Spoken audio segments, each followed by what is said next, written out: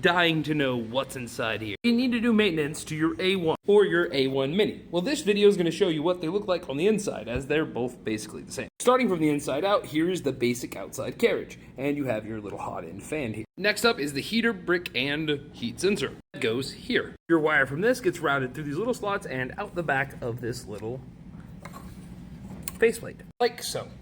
Next is your cooling fan. It goes here with two obvious screw holes and one not so obvious screw hole. See, not so obvious. Be careful about that one, it's a pain. Wires for the fan route through there as well. Next is your filament sensor on your filament buffer. It goes here with these two bolts, and then this folds over and sticks to the back. It has a little bit of adhesive on it. And then that can push into your extruder simply like so. There you go. That gets fastened with these two screws, and watch out for that ribbon cable. It has to be routed through this little hole. When this goes in here, these two wires at the top, the ribbon cable and the stepper motor wire, they go through the center. But this little wire, it routes through the slot on the faceplate on the other side. Once your wires have been routed and installed, you can fasten it with these 4 screws right here. 1, 2, and then 3, 4. These are off center from each other. Now around back, this little board has a little protector sheet on it, don't forget that, and these 3 screws here line up with these screws in here, so we'll take those out and put it in. Side tangent, I found it easier to put this ribbon cable on before you put the board in. Now once it's installed, working our way around clockwise here, we have our extruder motor, and then we have our hot end fan.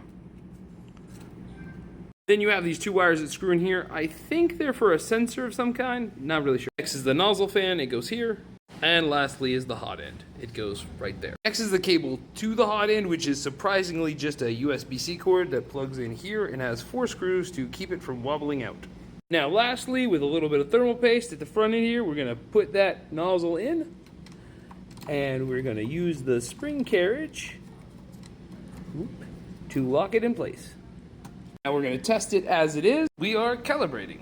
And we are printing perfectly. Now all that's left to do is put this cap on the back of there and the cap on the front, which just snaps on the back here and on the front here, which I'll do after this test print. Remember to support yourself and others better than you do your prints.